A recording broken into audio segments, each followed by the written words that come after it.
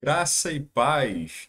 Estaremos fazendo um estudo sobre o divórcio, respondendo diversos questionamentos comuns acerca do assunto. Primeiramente, eu gostaria de dizer que a intenção do vídeo não é deixar ninguém chateado, mas infelizmente, muitos, ao ensinarem, omitem a verdade para não magoar. E sabe o que acontece? No fim, a pessoa, por falta de conhecimento, comete pecado. E eu não quero que você peque. Por isso, eu estarei trazendo as verdades bíblicas sobre o assunto. E peço que, ainda que você fique chateado comigo, assista até o final, pois algumas questões se tornarão mais claras no fim. Vamos para a primeira pergunta. A Bíblia permite o divórcio? Estaremos lendo o texto das Escrituras sobre o divórcio. Está em Deuteronômio 24, verso 1 ao 4. É isso que está escrito na lei, na Torá, a instrução do Senhor. Quando um homem tomar uma mulher e se casar com ela, então será que, se não achar graça em seus olhos, por nela encontrar coisa indecente, far-lhe-á uma carta de divórcio, a dará na sua mão e a despedirá de sua casa. Se ela, pois, saindo da sua casa, for e casar com outro homem, e este também a desprezar, e lhe fizer carta de divórcio, a der na sua mão e a despedir da sua casa, ou se este último homem que a tomou para si por mulher vier a morrer, então seu primeiro marido que a despediu não poderá tornar a tomá-la, para que seja sua mulher, depois que foi contaminada, pois é abominação perante o Senhor. Assim não farás pecar a terra que o Senhor teu Deus te dá por herança. Então, esse é o texto bíblico sobre o divórcio. Então, o divórcio está na Bíblia? Sim, está na Bíblia. Logo, é permitido. Mas a questão é: quando a Bíblia permite o divórcio?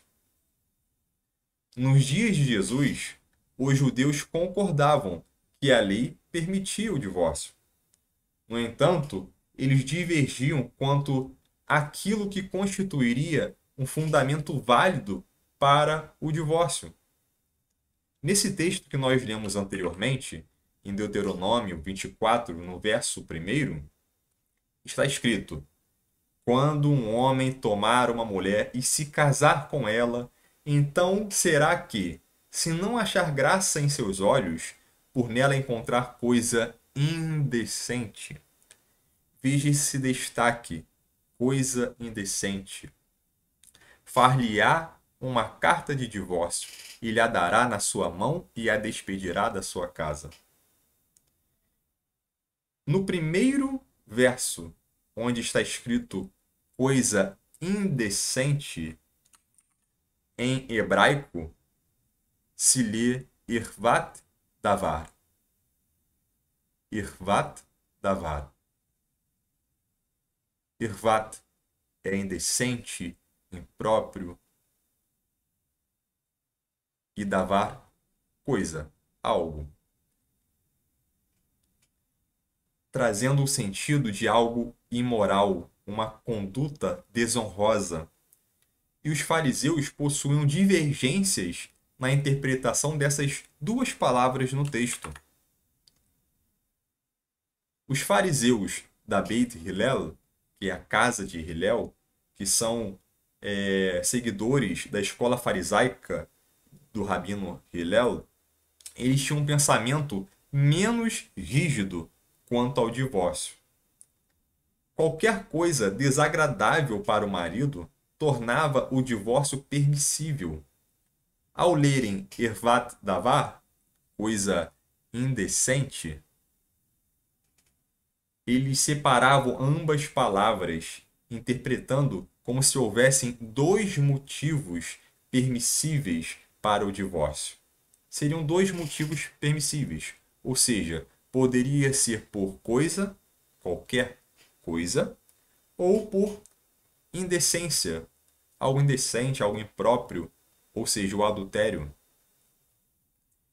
Em contraste com isso, os adeptos da Beit Shammai, ou seja, os seguidores dessa escola farisaica, os seguidores do Rabino Shammai, eles tinham um pensamento diferente. Eles entendiam que a frase coisa indecente não deveria ser separada ambas palavras.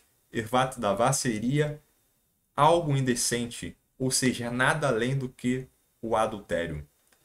O entendimento dessa escola é que aqui se tratava da imoralidade. A imoralidade seria um único motivo válido para o divórcio. Há no Talmud uma discussão entre a Beit Hillel e a Beit Shammai. Eu apenas vou mostrar a vocês essa divergência entre os fariseus para que você possa melhor entender um debate que vai acontecer posteriormente entre Jesus e os fariseus. Então veja, assim está escrito no Talmud Bavli Gittin 90a. A Beit Shammai disse: um homem não pode se divorciar de sua esposa a menos que descubra que ela se envolveu em uma relação sexual proibida, ervat davá, sendo entendido como o adultério. Ou seja, ela cometeu adultério, ou é suspeita de fazê-lo. Como se afirma, porque ele encontrou nela alguma coisa imoral, ervat davá. E ele escreveu para ela uma carta de divórcio. E Beit Hillel diz: ele pode se divorciar dela mesmo devido a um problema menor. Por exemplo, porque ela queimou ou salgou demais o seu prato. Eita, eita mulheres, cuidado com a comida, não deixe queimar, não exagera no sal. Brincadeira. Bem, ainda bem que hoje são outros tempos. A Beit Hillel entendia que poderia ser por qualquer motivo. Então, até mesmo queimando o arroz, poderia o homem pedir divórcio. Que coisa, não? Mas daqui a pouquinho iremos ver qual é a interpretação de Cristo acerca disso. Veja, e a Beit Hillel disse, como está declarado, porque ele encontrou alguma coisa imprópria nela, o que significa que ele encontrou qualquer tipo de deficiência, ou seja, queimou meu arroz. Isso foi algo impróprio? Então essa era a interpretação da Beit Hillel.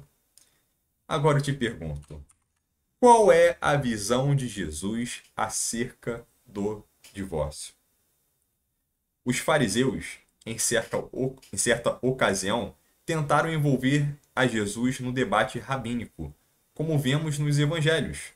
Estarei lendo agora Mateus 19, do verso 3 ao 11. Aproximaram-se dele alguns fariseus, que o colocaram à prova, perguntando: é permitido ao homem divorciar-se de sua mulher por qualquer motivo? Veja bem, qualquer motivo, qualquer coisa. Aqui, certamente, estavam os fariseus defensores da ideia de Hillel, os fariseus da casa de Hillel. E para eles, a interpretação é de que poderia-se se divorciar por qualquer motivo, qualquer coisa. E Jesus respondeu: não lestes que desde o princípio o Criador os fez homem e mulher e ordenou: por isso o homem deixará pai e mãe e se unirá à sua mulher, e serão os dois uma só carne? Assim, não são mais dois, mas uma só carne. Portanto, o que Deus uniu, o homem não separe. Eles lhe responderam: então, por que Moisés mandou dar-lhe o documento de divórcio e mandá-la embora? Ele disse: foi por causa da dureza do vosso coração porque Moisés vos permitiu divorciar-se da vossa mulher. Mas não foi assim desde o princípio. Mas eu vos digo que aquele que se divorciar de sua mulher, a não ser por causa da infidelidade, né, por causa de infidelidade, e se casar com outra, comete adultério. E quem casar com a divorciada, comete adultério. Os discípulos lhe disseram: se é essa a condição do homem com respeito à mulher, não convém casar. Mas ele lhes disse: nem todos podem aceitar essa condição, mas somente aqueles a quem isso é concedido. Os fariseus defenderam o divórcio com fundamento na Torá. E Jesus usa a própria Torá para demonstrar que Deus não aprova o divórcio, exceto no caso de adultério. Após o Senhor Jesus explicar que a Torá é contra o divórcio, ele falou pelo qual existe a lei do divórcio. Por que existe essa lei?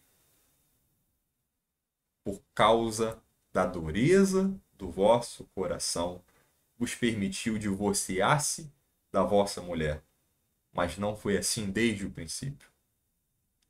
Ou seja, Jesus explica que somente os duros de coração se divorciam e que no princípio não era assim. A expressão no princípio, em hebraico, Bereshit, isso é o nome semita do livro de Gênesis. Aqui está querendo mostrar, é um Messias que demonstrar que antes da queda do homem, antes do ingresso do pecado no mundo, Deus planejou a indissolubilidade do vínculo matrimonial. Estado ideal que deve ser mantido por aqueles que não têm o coração embrutecido. Aquele que não é duro de coração. Em suma, a mesma Torá usada pelos fariseus para justificar o divórcio também foi manejada por Jesus para provar que o Senhor não aprova separação. Já que no princípio criou homem e mulher para que ambos fossem uma só carne. Esta interpretação de Jesus não é novidade em termos do judaísmo antigo, visto que, em período anterior, os essênios defendiam a indissolubilidade do matrimônio e criticavam os fariseus por tomarem mais de uma esposa durante as suas vidas. Veja o pensamento essênio no documento de Damasco. Os construtores de muros, que são os fariseus, são capturados 2 vezes na fornicação, por tomar 2 mulheres em sua vida, apesar de que o princípio da criação é macho e fêmea os criou. Olha só que interessante. Os essênios tinham o mesmo pensamento que Jesus depois trouxe a nós. O princípio do jardim do Éden. Aquilo lá é o plano original, antes da queda do homem, antes de entrar o pecado no mundo. Macho e fêmea os criou. Esse deve ser o nosso alvo. Retornar ao plano divino inicial, antes do pecado. Lá em Malaquias 2,16, está escrito que o Senhor odeia o divórcio. Então, entenda, meu irmão, o divórcio, ele não é mandamento, é concessão. O Senhor, ele fez a concessão devido à dureza de coração. Próxima pergunta. Me divorciei. Posso casar de novo? Ou devo virar celibatário? É interessante que no final do texto que nós lemos em Mateus 19, nós podemos concluir que o Senhor, ele disse que aquele que se divorciar, a não ser, é claro, por causa de adultério, deve ficar sozinho. Exatamente. Ou do contrário, cometerá adultério. E os discípulos de Jesus, quando ouviram essas palavras, eles dizem: se é essa a condição do homem com respeito à mulher, não convém casar. E Jesus cita algumas questões sobre o celibato, sobre os eunucos, e ele diz que alguns se fazem eunucos por causa do reino dos céus. E Jesus conclui dizendo: quem puder aceitar isso, aceite. Isso é muito forte. Sobre o celibato, sobre o divórcio, o apóstolo Paulo, em 1 Coríntios, no capítulo 7, verso 8 ao 10, está escrito assim: digo, porém, aos solteiros e às viúvas, que lhes seria bom que permanecessem na mesma condição em que estou. Então, seria bom que se permanecessem na mesma condição em que eu estou. Mas, se não conseguirem dominar-se, que se casem, pois é melhor casar do que arder em paixão. Arder de paixão. No entanto, ordeno aos casados, não eu, mas o Senhor, que a mulher não se separe do marido. Se, porém, ela se separar, que não se case, ou que se reconcilie com o marido, e que o marido não se divorcie da mulher. Então veja bem, recomendação do apóstolo Paulo. Se possível, fique sem casar. Mas se você vê que vai ser melhor casar, então case. Melhor do que arder em paixão. Agora, casou? Não se separe. Está em meio a brigas, quase em separação? Então, lute para se reconciliar. Evite ao máximo o divórcio.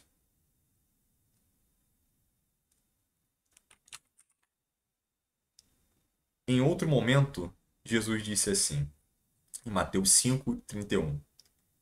Também foi dito: qualquer que deixar sua mulher, dê-lhe carta de divórcio.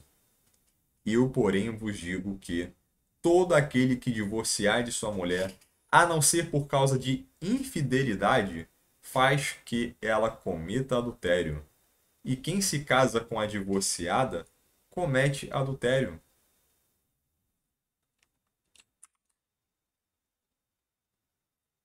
Me divorciei e casei pela segunda vez. Devo me divorciar desta mulher?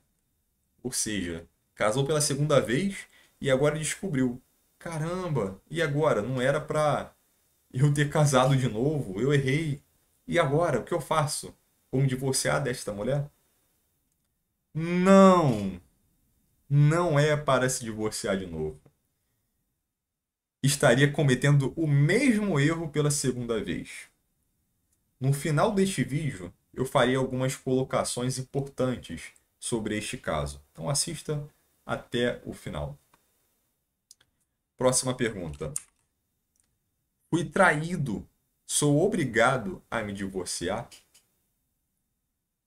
Pelas Escrituras, vimos que em caso de adultério, pode sim se divorciar. No entanto, não é obrigado a se divorciar. Nós lemos lá no texto de Deuteronômio a cláusula: se não achar graça em seus olhos. Se a pessoa decidir que pode conviver com o cônjuge, mesmo após a traição, conseguir de fato virar a página, não enxergar o cônjuge com maus olhos, não é obrigado a se divorciar. A lei do divórcio foi justamente para trazer amparo em caso de traição e a pessoa perceber que não teria condições de conviver com aquele que traiu. Ah, não consigo olhar mais no rosto dele. Então essa pessoa teria o direito de dar fim a este matrimônio. E é o único caso admitido pelas Escrituras, conforme vimos o Senhor Jesus ensinando. Me converti, mas meu cônjuge não. Devo me divorciar?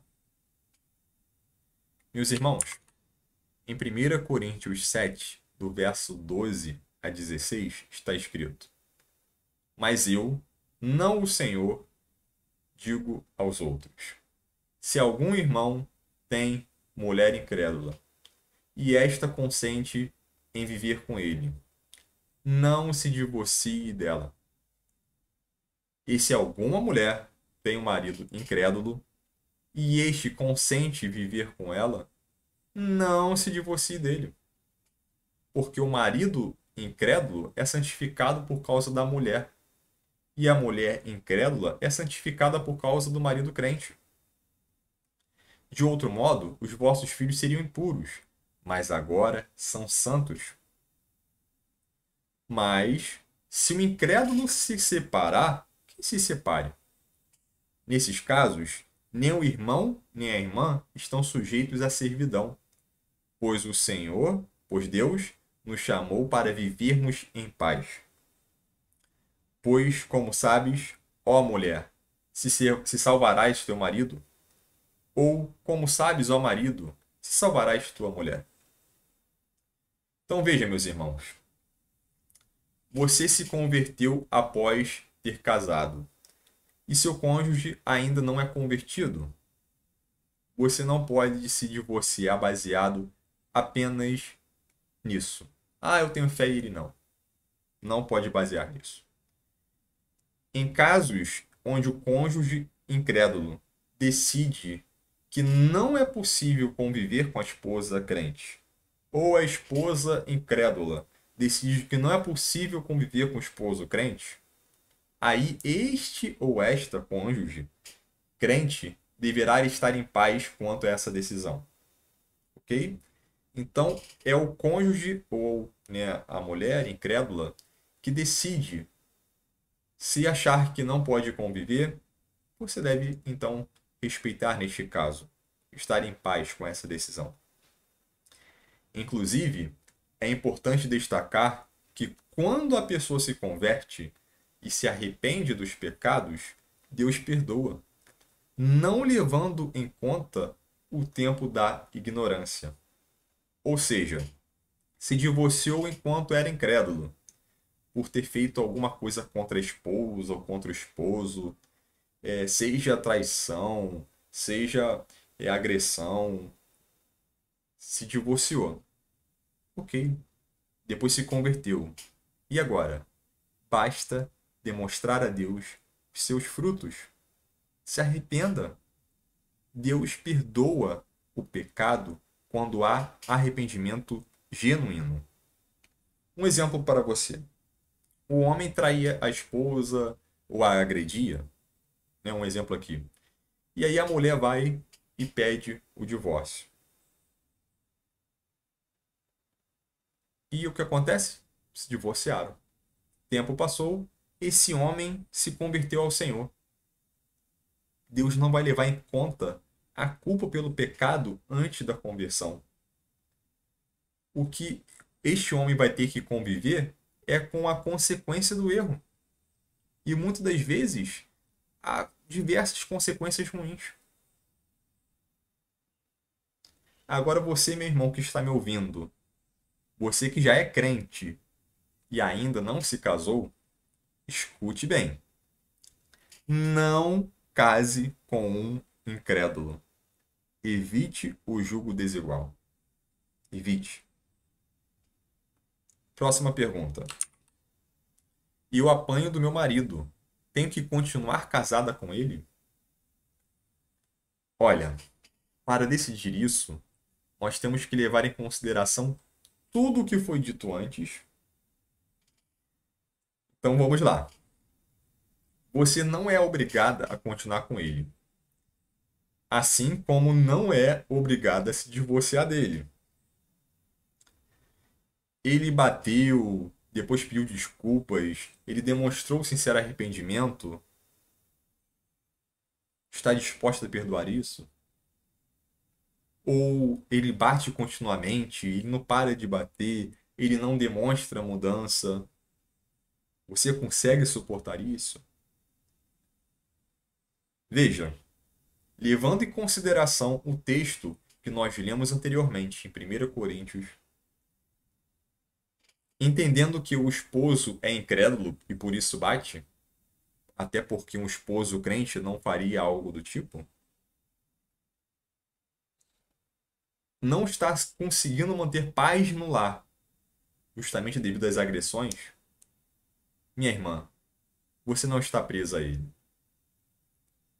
Aqui eu estou falando, é claro, de uma mulher que apanha do marido, porque é difícil acontecer, né, ao contrário, da mulher bater no marido. Então estou falando da mulher apanhando do marido. Mas em casos que acontece o inverso, do homem apanhar, né, apesar de não existir um João da Penha, né, a lei também se aplica, é o mesmo entendimento que se aplica, biblicamente falando, para Deus.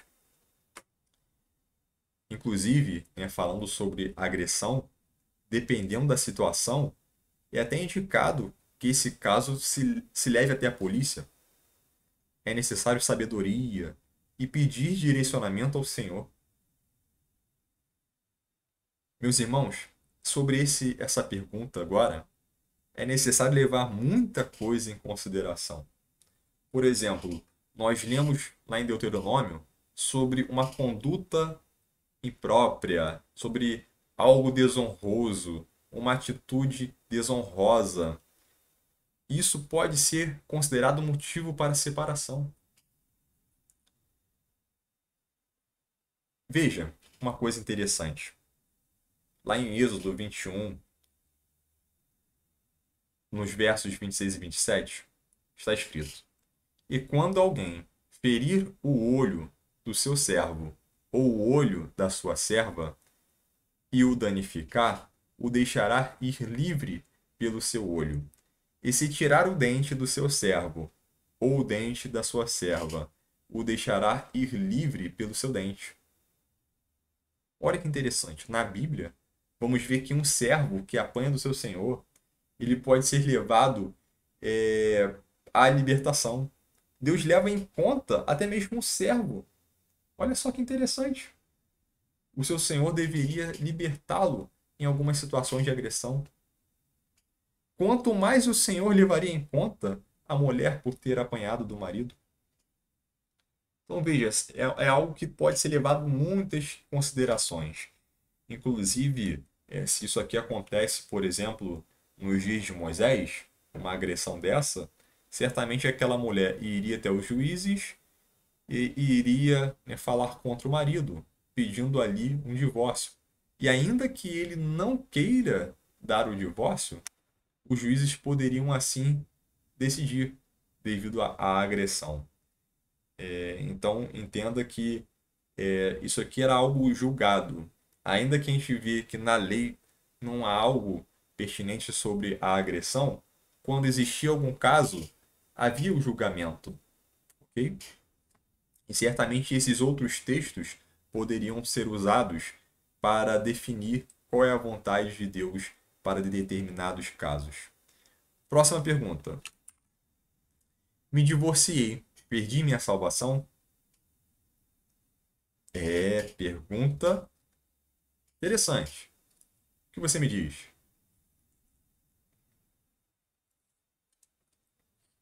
Meus irmãos, o capítulo 5 de Mateus, ele é muito importante para entender isso aqui.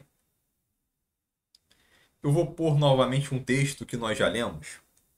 Vamos ler novamente. Mateus 5:31. Também foi dito: qualquer que deixar sua mulher, dê-lhe carta de divórcio.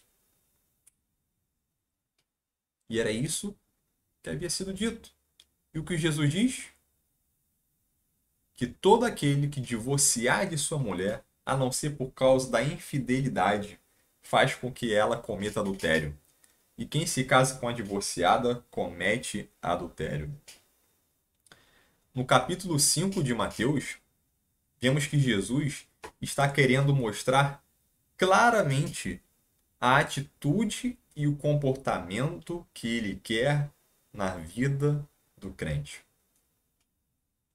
Ele quer mostrar que as suas exigências ultrapassam as exigências da Torá, ultrapassam as exigências da lei, a instrução do Senhor. Mas isso não contradiz a Torá nem a lei. Pelo contrário, inclusive com as exigências de Cristo, está elevando o homem num nível de santidade. As exigências de Cristo, esse padrão de Cristo, é para elevar um homem em perfeição, é visando o retorno ao Éden. Veja que interessante, o Mestre nos advertiu que é errado olhar para uma mulher como se ela fosse um objeto de nosso desejo. Ele adverte, isso tudo no capítulo 5, ele adverte contra irar com um irmão. Ele recomenda a reconciliação. Diz para não jurarmos e que o nosso falar seja sim, sim, não, não. Ele ensina oferecer a outra face, não virar as costas a quem pedir emprestado, amar os nossos inimigos, orar pelos que nos perseguem. No verso 17, ele diz que não veio abolir a lei e os profetas, mas para cumprir. E no verso 20, ele diz: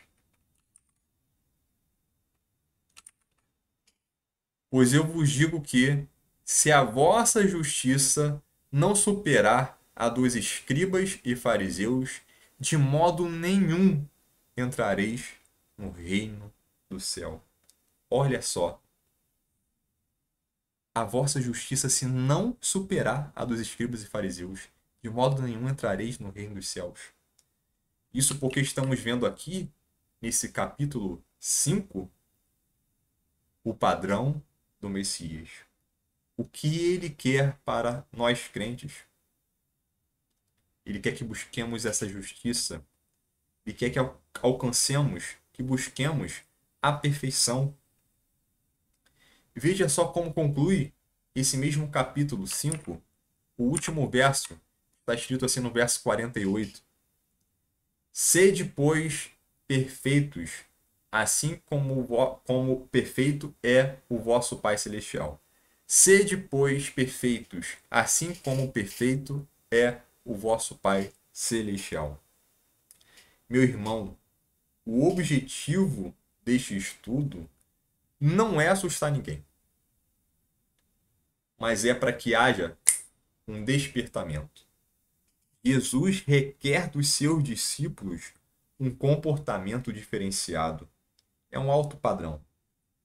Ele quer que venhamos a buscar um esforço nessa busca da perfeição. Eu não estou dizendo aqui que toda pessoa divorciada perdeu a salvação. Não entenda isso. Mas eu estou querendo te alertar sobre o que o Senhor espera de nós.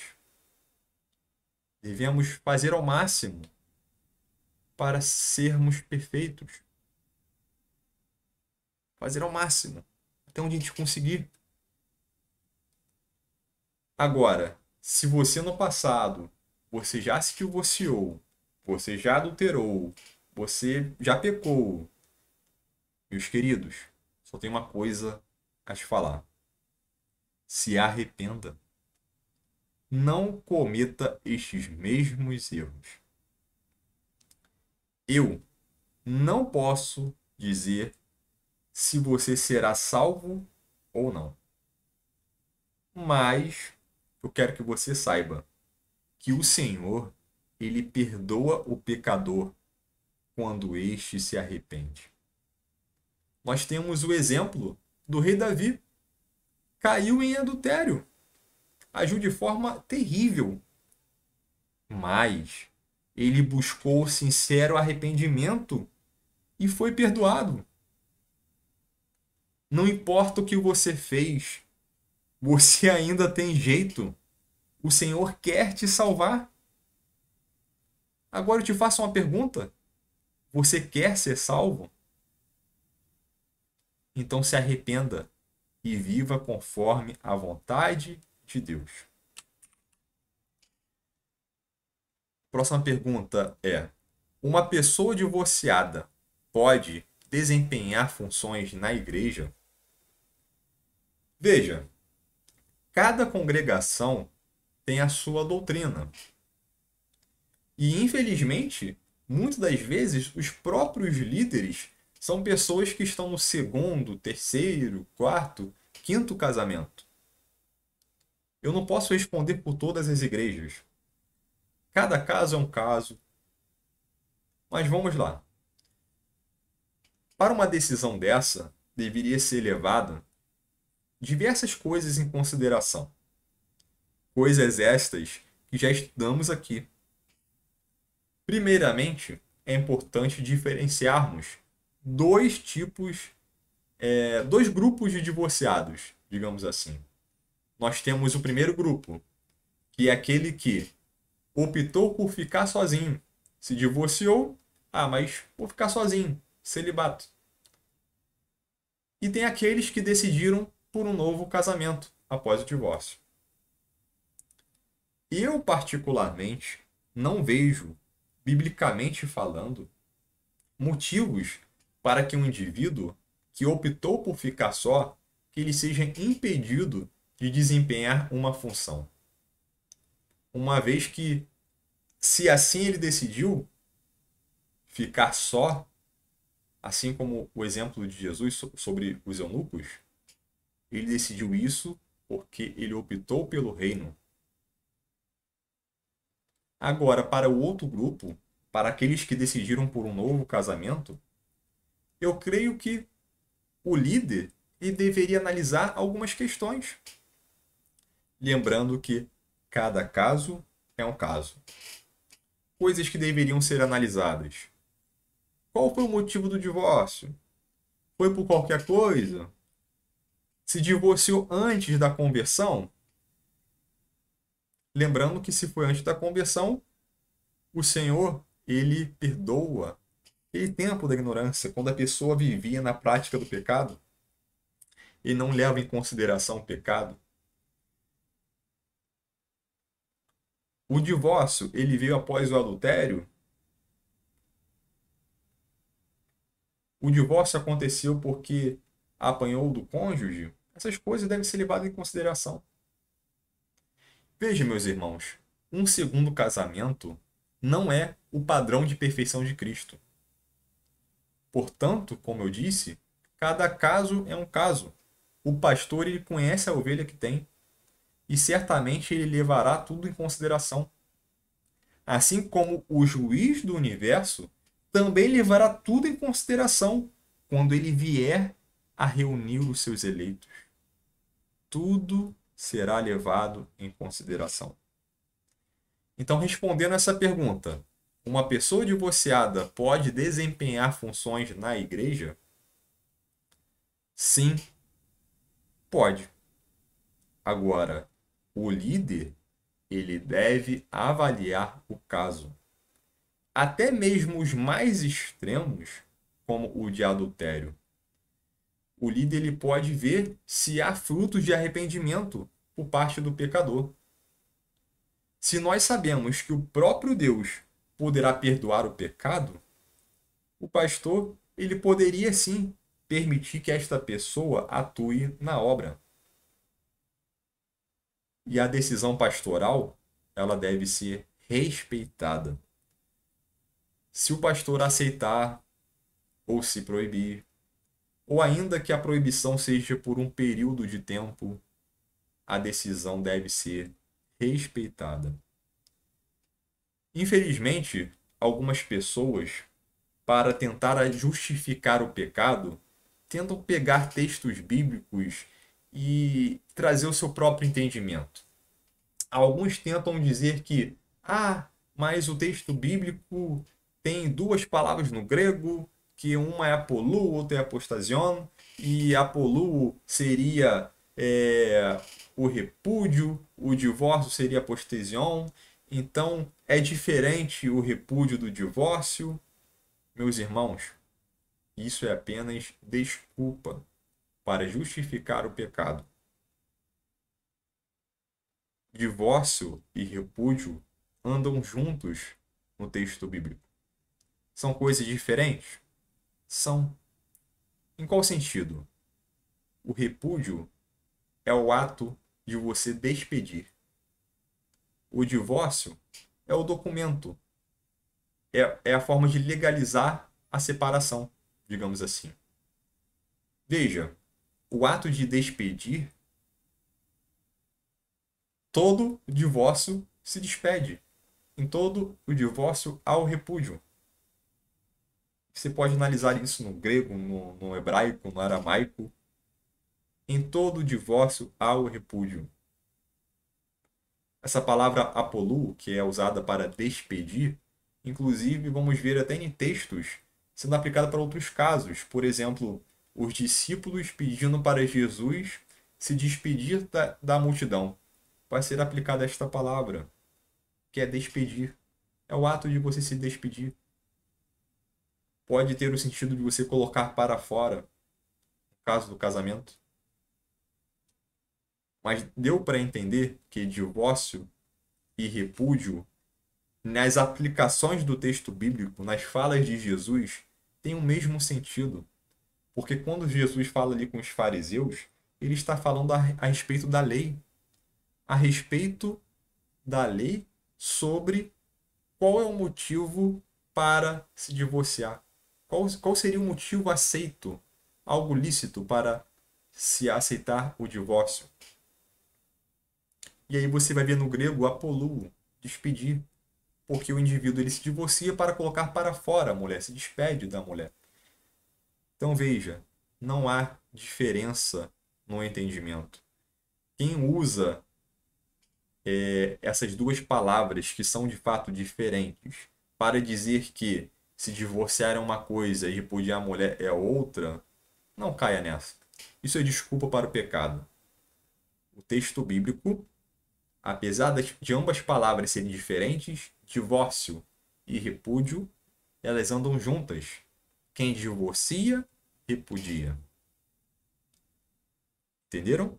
Qualquer dúvida, eu peço que vocês insiram aqui nos comentários. Que o Senhor esteja abençoando vocês grandemente.